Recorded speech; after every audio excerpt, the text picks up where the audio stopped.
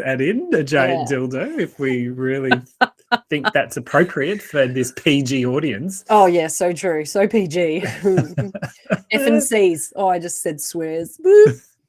Naughty. Amma. Where does Amma come from? Amma? Kate, I have done over years and years of worth of research trying to find the epidemiology of Amma, or where does it come from, and no one knows where Amma comes from. So do you feel like maybe it's someone going like you know, like they're because they don't know what to say, and then like you've said the wrong thing, and then it just turned into Amma? Smarty pants, can you just check yourself? This is not an education podcast. I can't help teaching things. It's occupational hazard. You've just blown this whole thing out of my head. I'm like, okay, well, I've just wasted 6 years of my life trying to find a complicated thing. No, I'm kidding. I've been looking up etymology of things, and it's fun. I've got a couple of little etymological. I look up words. Cool. High five, Kate. Yes. All right. Hi, Kate. Hello, Dom. How are you doing? I'm very well today. How are you? I'm okay. I'm still not processing much food at all. So toilet time is quite an interesting time at the Taranto Jones residence, but that's oversharing. Just thought I would go there. If we can't overshare on this podcast that goes out to at least 6 people, then when can you overshare? Thank you for your condolence emails, messages. It's much appreciated. Absolutely. So, Kate, yes, let me do my housekeeping and get that out of the way. I was thinking about this earlier. I would like to have a housekeeping sound effect, and it's like a ding-a-ling, housekeeping, something like that. Is that something we can do? It'll be inserted right here.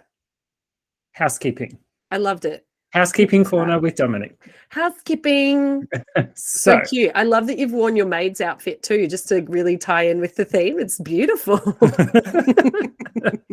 There's an arrow pointing. I love it. Okay, so real quickly, a few reminders, folks. Kate and I have a very active Patreon account, which we would love for you to all go visit. Please subscribe, get access to a bunch of free stuff. Free tickets, access to our upcoming tour, which, there's a bit of an Easter egg there. Stay tuned for that. Don't spoil it.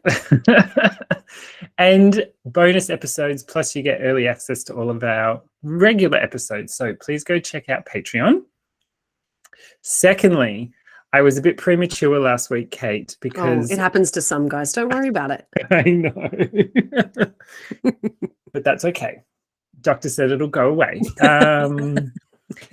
The first part of the Bridgewater series, our BooPod Network Halloween special, will actually be released tomorrow when we're recording this on a Monday. So, you know, time travel, blah, blah, blah, blah, blah. But stay tuned. 4th of October should be the first part of our Bridgewater series with the BooPod Network. Go check it out at the Nightcap. Perfect. So if you're listening to this currently, then it would have come out a couple of days ago. So go and have a look for it. We will post on our socials. Make sure you're looking at those, please. But you need to get part 1, because when it gets to our bit, you need to know what's going on and you want the whole story. Exactly. The scoop. Yeah. The skinny, the down low. Shitting bricks scoop. Yep. And last but not least, our BooPod Network feature this week is the Haunted UK podcast, which is a bit of a famous podcast because Steve, our best buddy Steve, with your amazing voice. Oh my goodness. There's a lot going on for me there. Oh, you speak so beautifully. I would just tune in just for your voice alone. Which is lucky it's a podcast.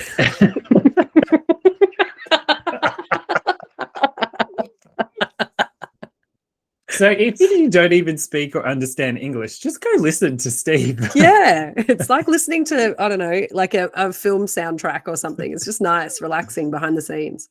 Exactly. And Steve is one of the founders of BooPod Network. So a founding father. A founding father.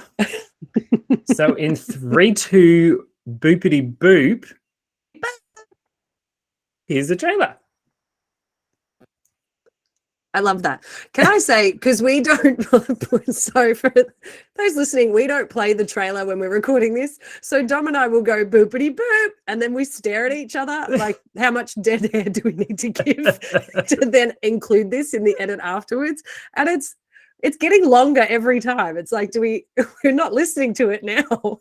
Do you know what's really funny is if you watch the video recordings of our episodes, you'll get to see exactly what we're talking about. Hear it. We don't hear it. Oh, it's brilliant. Behind the scenes, BTS. Enough of Dom's housekeeping corner. Okay. It is your week. Please take me on a wild ride because I'm very traumatized from last week's trypophobia. Same. I'm traumatized. And you just, all the socials keep popping up and there's more things and it's just too much. Okay. I'm bringing it back down to the roots. This is the second episode you will have switched on to Claustrophobia number 2, episode 2. Okay. Woot.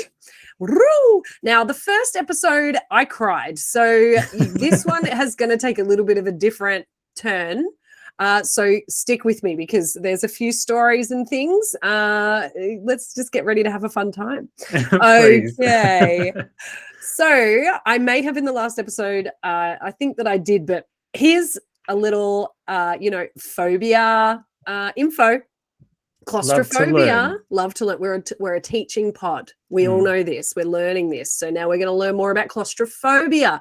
Claustrophobia, it comes from the Latin word claustrum, which is a shut-in place, and the Greek term phobos, which is phobia or fear. Yep. So, phobia is used, that's the etymology is of a Greek word. So claustrophobia, the fear of confined spaces. It's one of the most commonly known phobias. And technically, it falls under the situational classification. So obviously, it's not something that people will just suffer from necessarily in everyday life. You need to be shut in somewhere, closed in somewhere to feel this. And this cannot be anything from like elevators, planes, crowded places, bathrooms, MRI machines are a big one, but even windowless rooms. Like people can have sort of space around them, but can feel the panic and fear from a windowless room.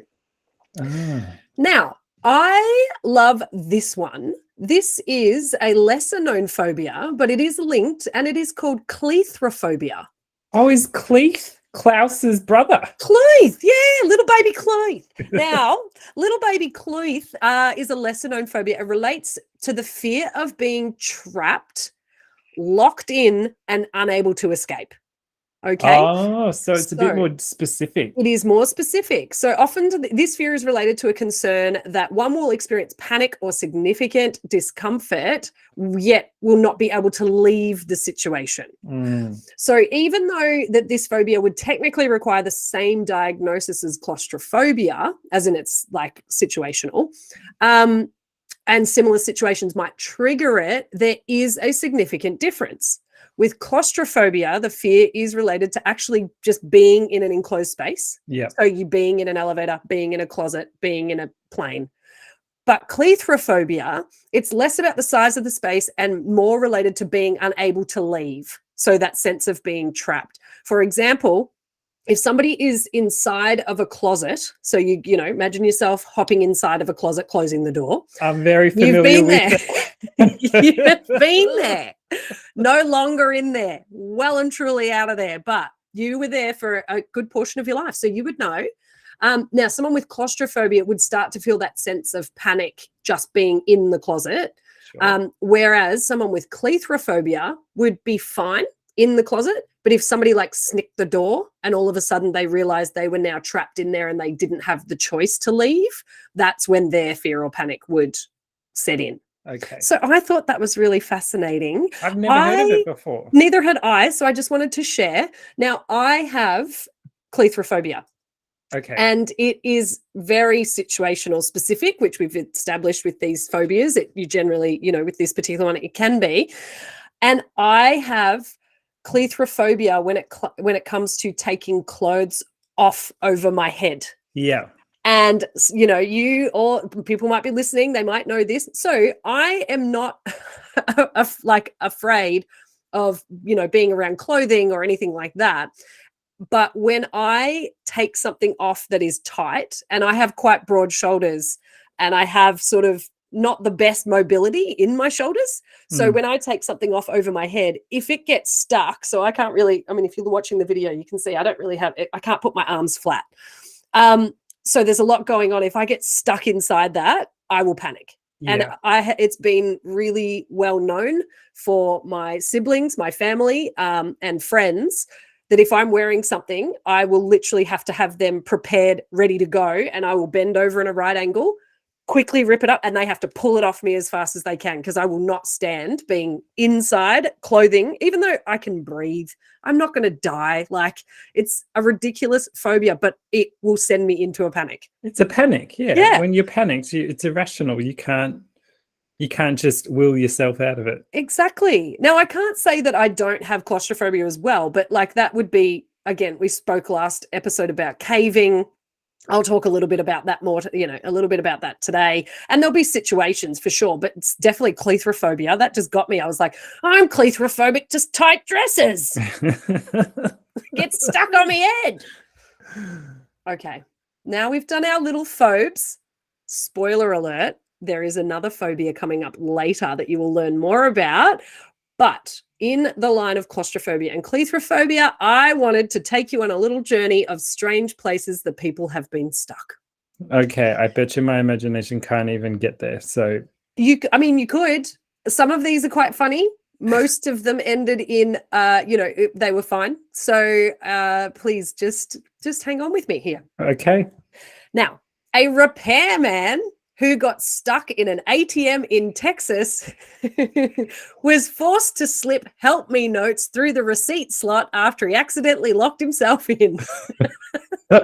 Where's the space for you to lock yourself in an ATM? How big do you need your ATMs to be? This is one of those ones where it's in the wall. So it's on the exterior of a building, it's on the wall, and it's one where you can actually like use a key and open up the ATM and assume hop inside of it where it has a room where they would, fill it up with money or whatever.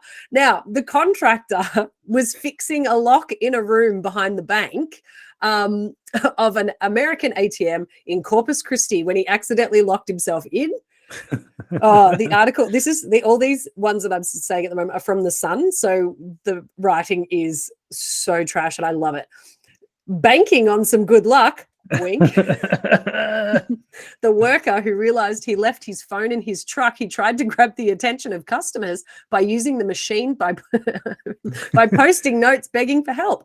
One note read, "Please help. I'm stuck in here and don't have my phone. Please call my boss." But some ATM users thought it was just a joke and they just ignored him. So they left. Thankfully, one customer finally called the police, who were also skeptical about this when they arrived on the scene. Corpus Christi Police Senior Officer Richard Olden told a news outlet that we came out here thinking, sure enough, like this is going to be a joke.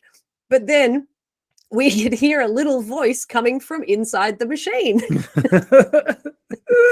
After more than 2 hours trapped inside the ATM room, police had to kick down a door and then they freed the contractor. Police Senior Officer Oldens added, "Everyone's okay, but you'll never see this in your life again, I wouldn't think, that somebody was stuck in an ATM. It's just crazy." I could just imagine this little chipmunky voice going, "Check or savings." Yeah. 20s or 50s.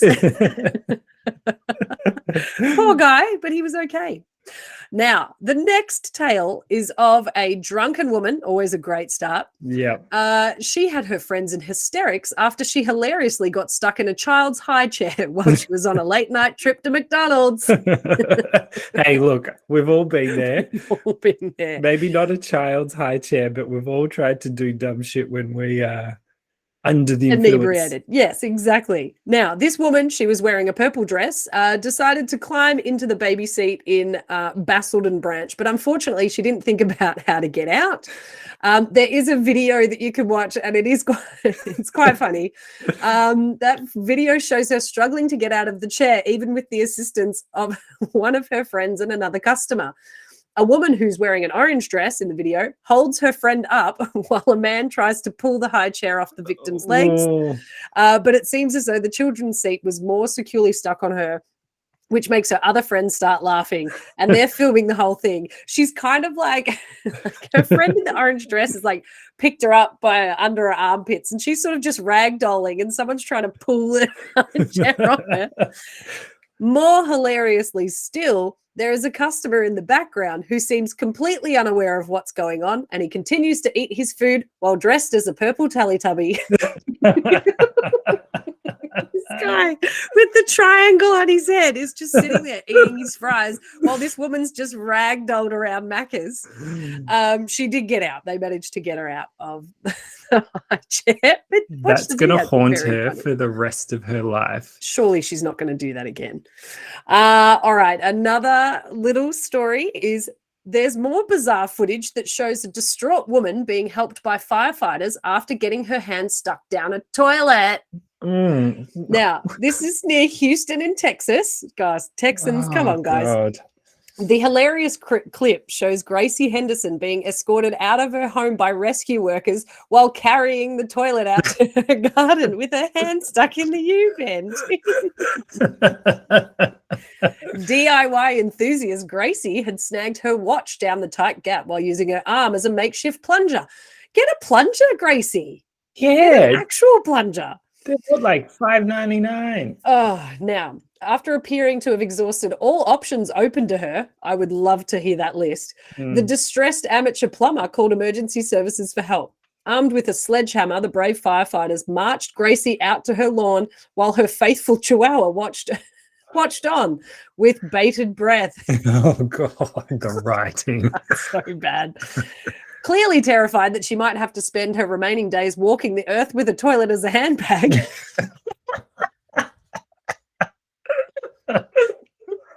Brave Gracie instructed the rescue workers to smash the lavatory. The tension was palpable as one courageous fireman gently tapped the toilet, eventually breaking a hole near the unforgiving U-bend. From there, the firefighter was able to unsnag Gracie's watch, enabling her to break free from her porcelain prison. A relieved Gracie confirmed to the camera that she was not injured before the clip ended. Oh my goodness, these people wasted a perfectly good toilet because of your stupidity. Oh, it's great. I love it. And I would just, I don't know, buy a plunger. Like, do yourself a favor. Okay, switching tacks here a touch. We are going back into the world of caving, of spelunking, of doing things that I'm not going to do. Dave, I just called you Dave. I'm reading the name of a person on the next story named Dave. Dom is into it, not me. Okay, now, this is an article from The Guardian in 2014. Okay. So we can imagine that the writing is of a slightly better quality. It definitely is. I have parked the Sun articles. We are now moving into the Guardian space.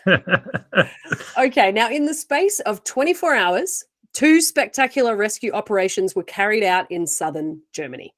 Okay, so the first rescue was an explorer who got injured at the bottom of Germany's deepest cave 12 days ago, re-emerged after a rescue operation that could lead the Resending Cave complex to be closed for good. Oh. Bavarian mountain rescue authorities confirmed that Johann Westhauser had been brought out to the top of the cave at 11:44 local time. So he'd been down in this cave for 12 days. What a silly Billy. That's rough. It's rough. A mobile emergency unit had been awaiting Westhauser at the cave entrance. Shortly after midday, he was airlifted to a hospital nearby. Even though Westhauser suffered some head injuries during his accident that had not been given adequate treatment for more than a week, the mission leader said that the evacuee was in good health considering the circumstances. Now, a little more about this rescue. It was quite intensive. So the logistics of this mission involved 728 people from 5 countries, and it's estimated to have cost several million euros. Jeez, Johann, that's a bill, baby. Johann, what you doing, Johann? You silly Billy. Now, I'll tell you what he was doing. On the 8th of June, Johann Westhauser, he was hit by rockfall around 1:30 in the morning, and he suffered brain trauma despite wearing a helmet. So he was still wearing his helmet, but he Good. got hit so hard that he still suffered some brain trauma.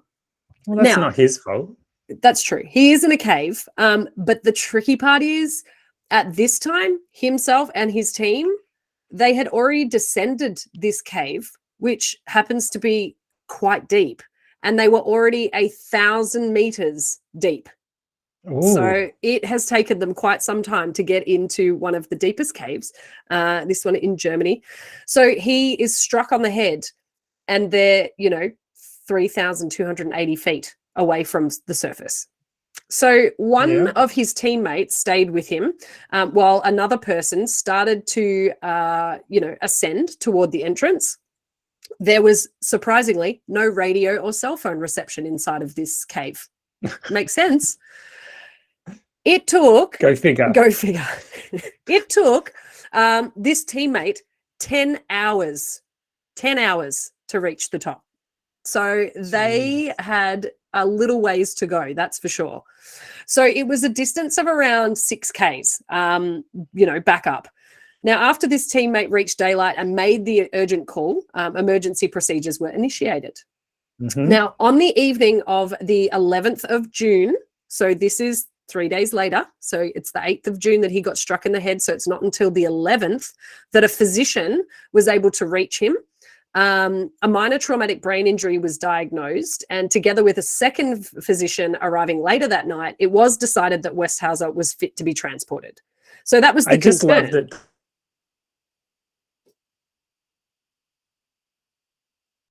Whoops, maybe you got a bit of brain trauma. I think you've hurt yourself, Dal. He'll pop an ice pack on it. We'll see how we go. But I mean, that's a good thing. So the brain trauma wasn't so significant that they couldn't move him for fear of hurting him more, that's positive. Now, the transport through the narrow passages and supplies for the large number of people inside and outside the cave was really challenging. So they managed to put together a stretcher so that they could just strap him to that, because he wasn't really going to be climbing up himself. He's still got, a brain injury. But they put this stretcher together and they made it as shockproof as possible. So as he was ding-donging up the cave, he was not going to be in too much strife. Now, luckily... Ding-dong. There's a clip online where it's a water rescue and they're attached to the bottom of a helicopter and Kate's lost it, folks. She's done. When it starts spinning and it just does not goodness me. Not okay if you're on the stretcher, but holy moly. That tickled me. That was great. Okay, so the shockproof stretcher is ding-donging back up to the top of this cave, but there were no engines or machinery available, so all of the work was done by hand. So this is another incredible feat of human effort. As it explains, 726 people or however many it was, it's a lot. And Germans are built pretty big, so... Yes, built tough. Now, the rescue staff, they use their own bodies as counterweights to the stretcher. So they're like, it's like a full-on whole pulley system with humans. It's, fantastic. Now, Westhauser was transported to that trauma hospital. He was okay, which is great, and he does go on to do more climbing and caving and things like that. Now, at a press conference, Norbert Heiland of the Bavarian Mountain Rescue Service said the mission had opened a new chapter in alpine history. Westhauser, Johann Westhauser, he was a scientist, so he was part of a team of researchers who were exploring the cave. So he wasn't just doing it for shits and gigs. He was a scientist exploring it. Now, the cave was discovered in 1995.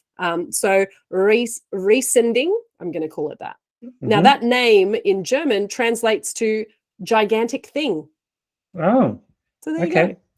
Apparently it was, named that after an exclamation uttered by some explorer, Hermann Sommer, who just went, "What a gigantic thing." They went, "Great name. Slap it on the title, put it at the entrance."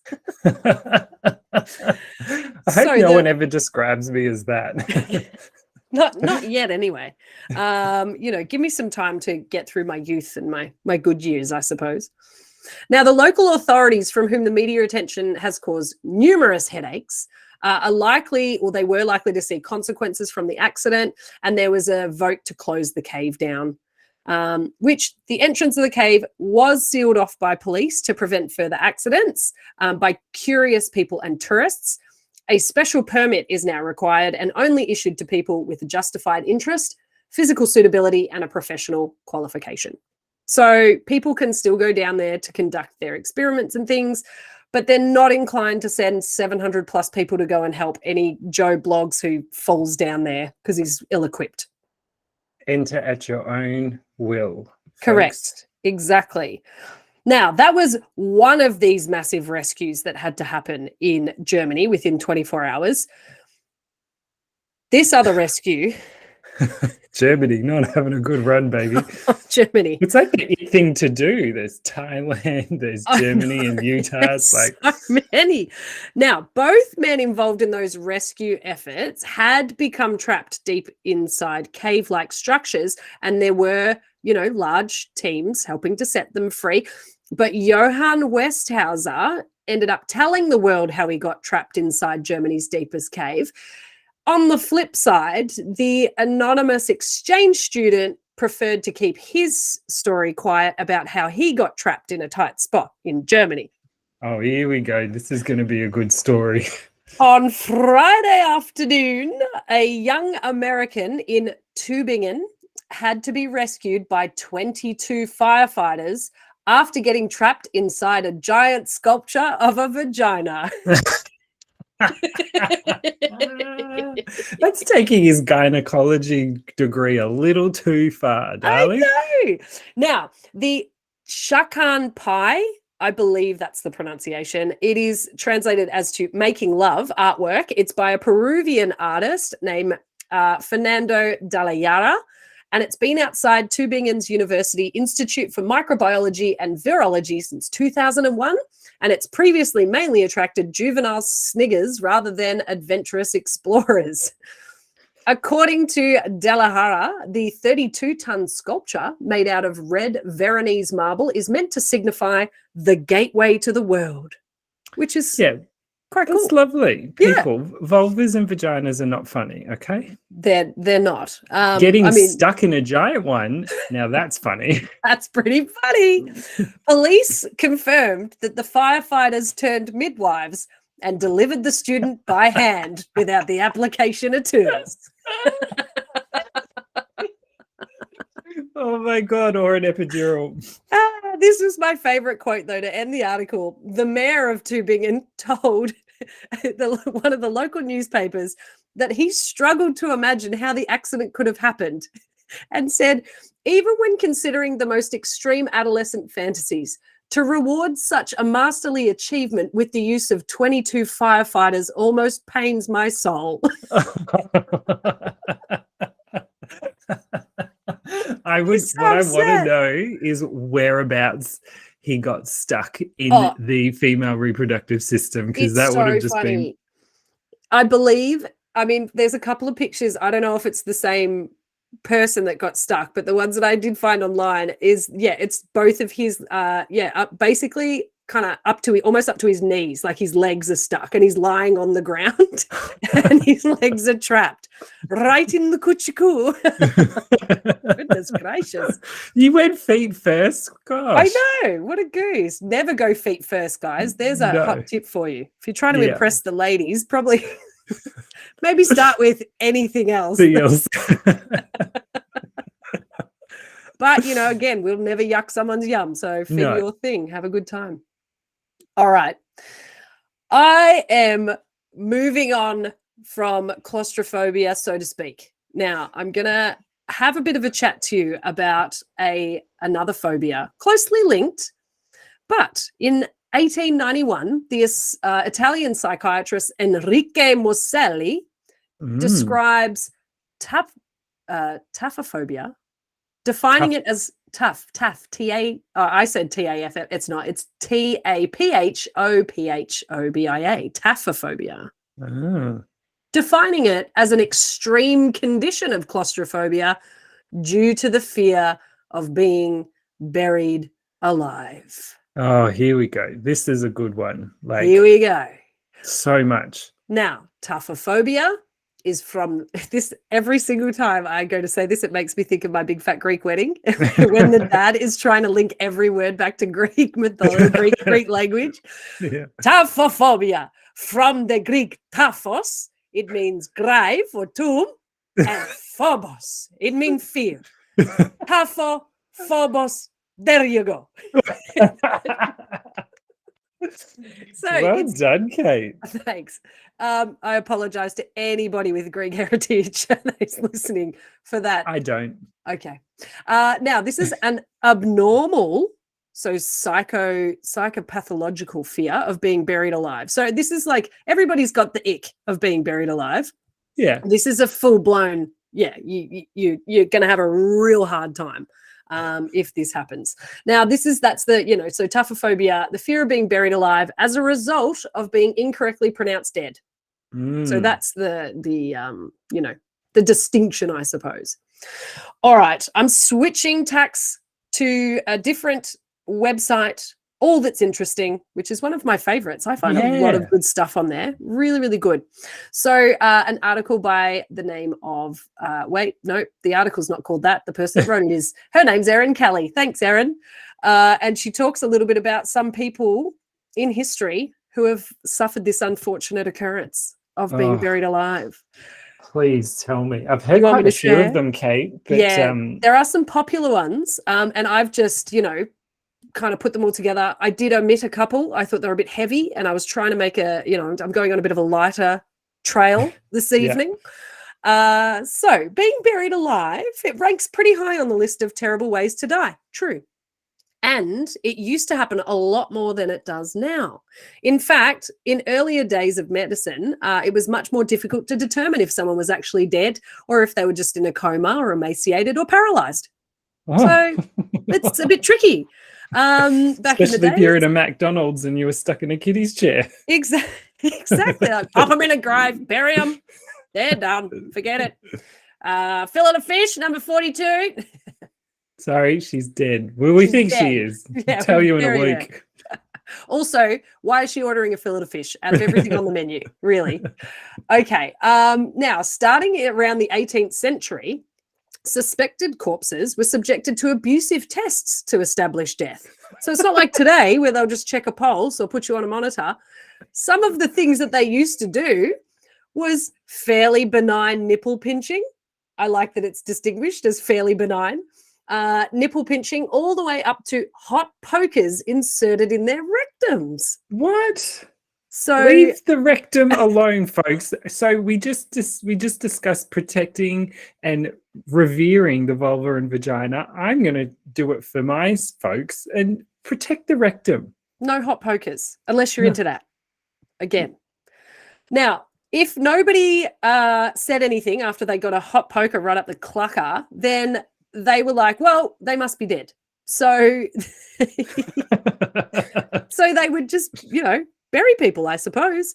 Now, laughter ensued in 1846 when French doctor Eugène Bouchou, suggested the use of new stethoscope technology to listen for the existence of a heartbeat. But they laughed him out of the room. They're like, don't be ridiculous. I'm sticking with my hot poker up the rectum with a fairly benign nipple pinch, just as a little bit of an added bonus. And if they don't react, take your stethoscope and jam it, Eugene. All right. So, Poor Eugene. Poor Eugene. The stethoscope did come back, though. Spoiler alert.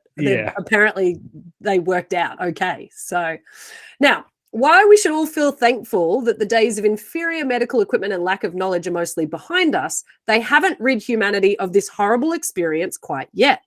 There is an evil in the world that still makes the threat of being buried alive a valid concern.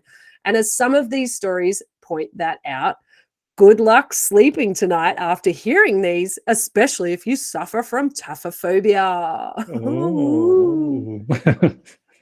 The first story I have to share is in 1937, A 19-year-old from France named Angelo Hayes went for a motorcycle ride. Perhaps he had minimal knowledge of how to operate such a vehicle because he ended up crashing it and slamming headfirst into a brick wall. Yeah, not a good... Not a great parking job, to be honest, no. Angelo. Now, when help arrived, they found that Hayes's head was mangled and he didn't have a pulse. So at least they checked for a pulse. They didn't go straight for the poker up the asshole. Where's his nipple? Don't you do it hard, though. It must be fairly benign. Now, he was so terrible to look at that his parents were kept away from seeing him for their own good. And he was declared dead and he was buried 3 days later. Due to an investigation by the insurance company, the body of Angelo Hayes was exhumed 2 days after the funeral. It was quite a surprise to find that his body was still warm. Apparently, in the aftermath of the accident, his body put itself into a deep coma and required very little oxygen to upkeep his system. After being buried alive, he received proper medical care and he went on to make a full recovery. He then invented a type of security coffin that he toured across France. It was reported to contain a small oven, a refrigerator, and a hi-fi cassette player. Not a particularly, it didn't take off. Stethoscope. not a hot seller, that one. But how about that? He slams his sconce right into a wall, gets buried, but because he was in a coma, the body's like, nah, that's right. We don't need too much oxygen. But he was down for 2 days. Yeah, it was on. Please hold. We'll be back online shortly. I guess, silver lining here is he probably didn't remember any of the experience. Like he wouldn't have remembered the crash and he wouldn't have remembered being buried alive. That's true. And imagine trying to break that story as a doctor. So you were in hospital for 2 days. Yeah, hospital. Yeah, you were fine. That's okay. We didn't bury you or anything. All right. Now, here is a story about a London butcher. Now, this London butcher was named Lawrence Cawthorne. This fearful story of premature burial comes from a pamphlet entitled The Most Lamentable and Deplorable Accident. It happens to every guy, don't worry. It really does. Now, this is in 1661, so we're going back a ways. Lawrence Cawthorne fell fatally ill in 1661, and his landlady was eager for a swift demise so that she could inherit his belongings. Oh, well, he had other plans. I would like his set of steak knives. Get him out of here. So she saw to it that he was quickly pronounced dead without a doctor's consultation and buried at a nearby chapel. So she's just like opens the corridor and shouts down the hallway, "Hey, Jim, can you come and see if Laurie's carked it?" Yeah. Chuck him in the grave. Now, not long after his entombment, visitors and mourners heard screams and shrieks coming from the grave. No. When they dug him up, he had passed, but Cawthorne's shroud was completely shredded. His eyes were swollen and his head was bloodied from where he had beaten it against the coffin. Oh, goodness. Okay, that's not as funny as... No. So unlike Angelo, he knew that he was in there and he tried to get out and he shrieked and screamed, but unfortunately passed before they could get him out. That's not okay. Yeah, I hope old Betty, whatever her name is, hope she got arrested. Yeah, goodness gracious. She's, yes, that's not very pleasant. Don't do that, guys. That's another hot tip for you. Don't just pronounce people dead without a doctor. It's not fair. All right. Now, here is a little story about a person named Stephen Small.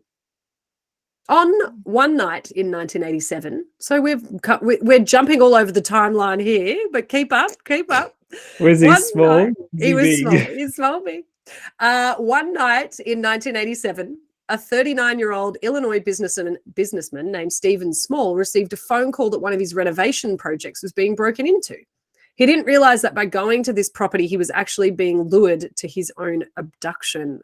Oh, fuck off. His wife, Nancy, received a call at 3:30 in the morning informing her that the ransom on her husband was $1 million. The family received 5 calls in total, and they were willing to comply with the demands, but they couldn't understand them because the quality of the sound was really poor on the messages. So they're like, "Mate, we want to give you the $1 million, but we don't know where you are. We can't understand you. What is going on?" Did they have service with Optus? They Thank you very much. But for anybody who is outside of Australia, that's going to make zero sense. But that's okay. I'm here.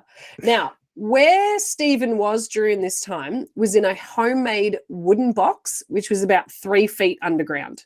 So it's not like crazy deep buried, but enough for it to not be pleasant. Now, his abductors provided him with a flimsy breathing tube and some water. So it was suggesting that they intended to let him live if they got payment. But something happened that they didn't plan on. Stephen's breathing tube failed.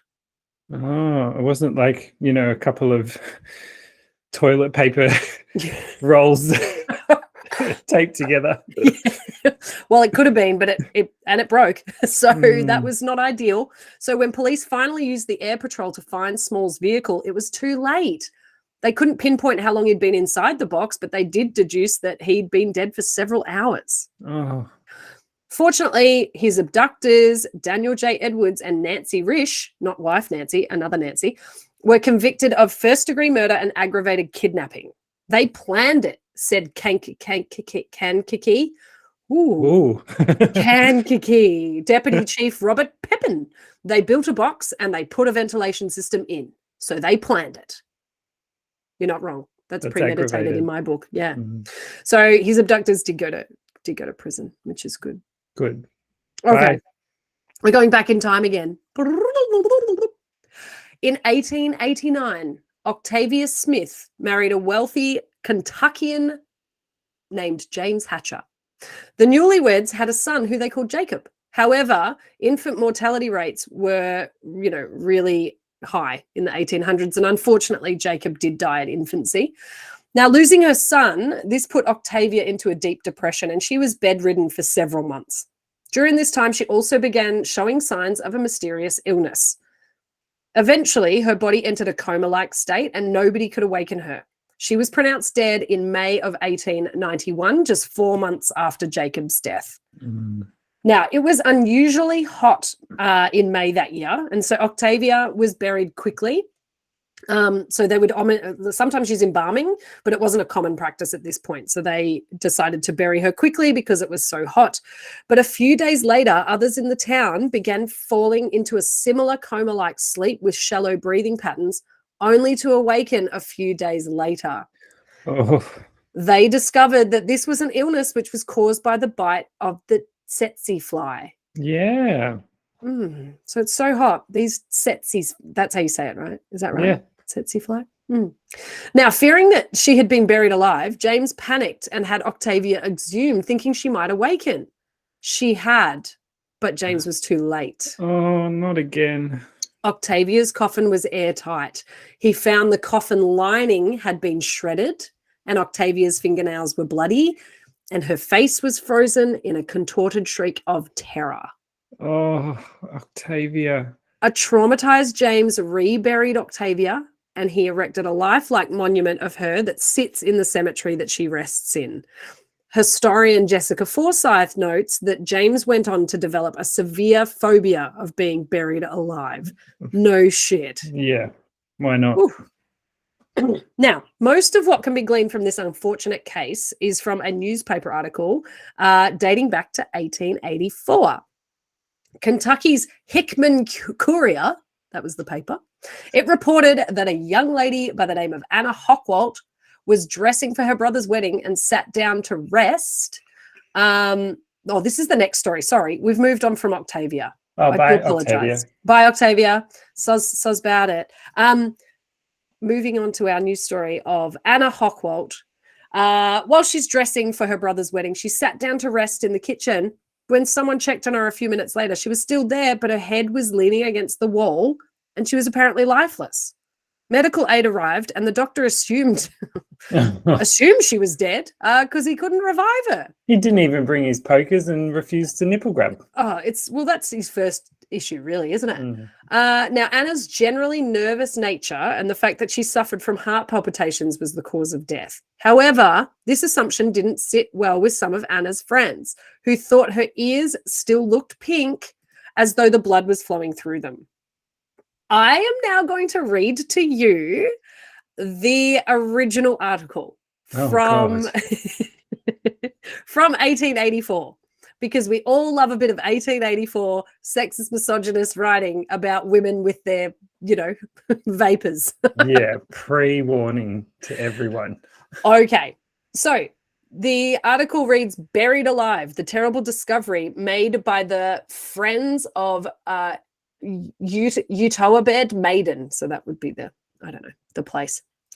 "A special from Dayton, Ohio to the Chicago Times says, a sensation has been created here by the discovery of the fact that Miss Hockwalt, a young woman of high social connections who was supposed to have died suddenly, January 10th, was buried alive.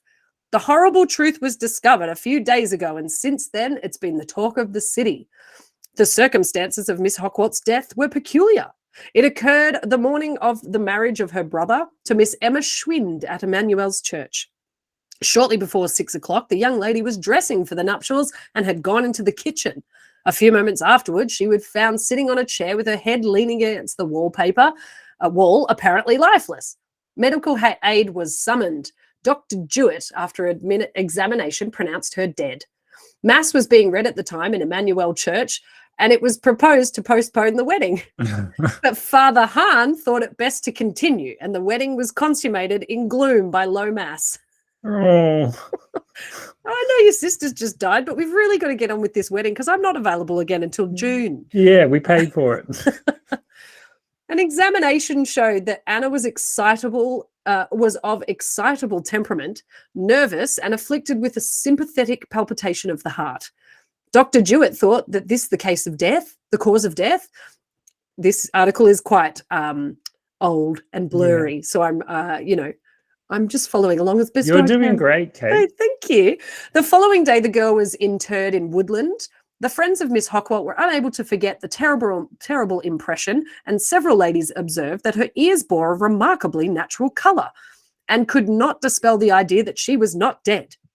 They conveyed their opinion to Anna's parents, and the thought preyed upon them, so the body was taken from the grave. It is stated that when the coffin was opened, it was discovered that the supposed inanimate body had turned upon its right side.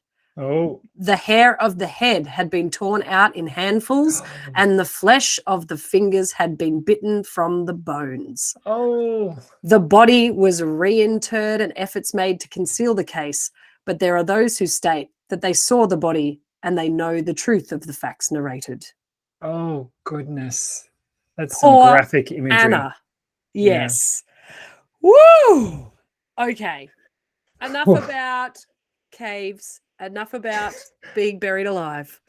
Our pop culture reference of the week, believe it or not, is Buried, a movie where he gets buried. And it's a story of an Iraq-based American civilian truck driver, Paul Conroy, who gets attacked and then he's buried alive, and he only has a lighter and a flask and a flashlight and a knife and glow sticks and a pen and a pencil and a mobile phone. And you have to sit through the film and see what happens. And that is Claustrophobia #2. Well done, Kate.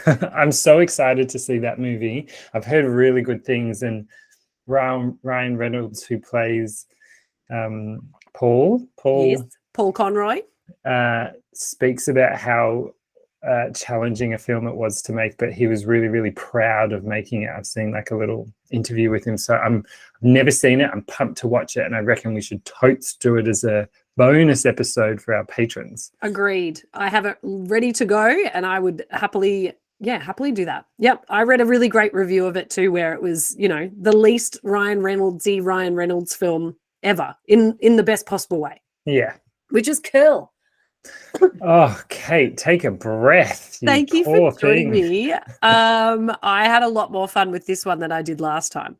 Yeah, no tears here, folks. No. Now you can all go to your dinner table, go to your brunch table, go to your work meeting, and share a little story that you heard from today. There's plenty to pick from, and you can, have a bit of a chin wag with your co-workers and your wives and husbands and boyfriends and girlfriends, whoever else, your dogs, your cats.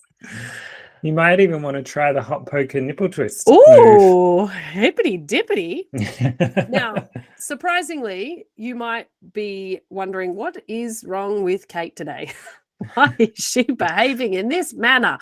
This is me on day 3 of not drinking any alcohol or anything like that. I'm doing October with my sister Chelsea. We're going to be going strong for the whole month of October. Healthy, wealthy, wise. Good on you, Kate. Thank I would you. do it with you, but I've already failed because I had a gin just then. Soz. But you've also been really unwell, so I wouldn't want to put that on you where you've got to try, harder to do things that don't make you enjoy life. Well, for folks that haven't, caught on just yet, this has been episode 49, Claustrophobia number 2, which means we've got quite a milestone to hit next week, Kate, don't we? Yes, we do. If I can count correctly, which I've been known not to be able to do. Absolutely, you can. I've seen you with wine bottles. 2. Yeah.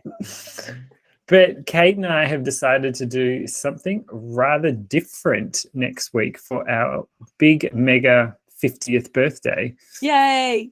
So, 50th episode, I should say. We're not 50 years old. No. We are almost 1 year old in Shitting Bricks terms. We are. So stay tuned for that as well. And also stay tuned for episode 69 because that'll be a riot. Oh, I think we've spent our comedy. BYO rectum pokers and nipple clamps. Yes. Trojan, sponsor us, please. Yeah. All right, folks, we'll see you next week for our special mystery 50th episode. And yes, well done, Kate. Thank you. I hope you enjoyed. We love you. Write into us. Join our Patreon. See you soon. Adios, amigos. Bye. Bye.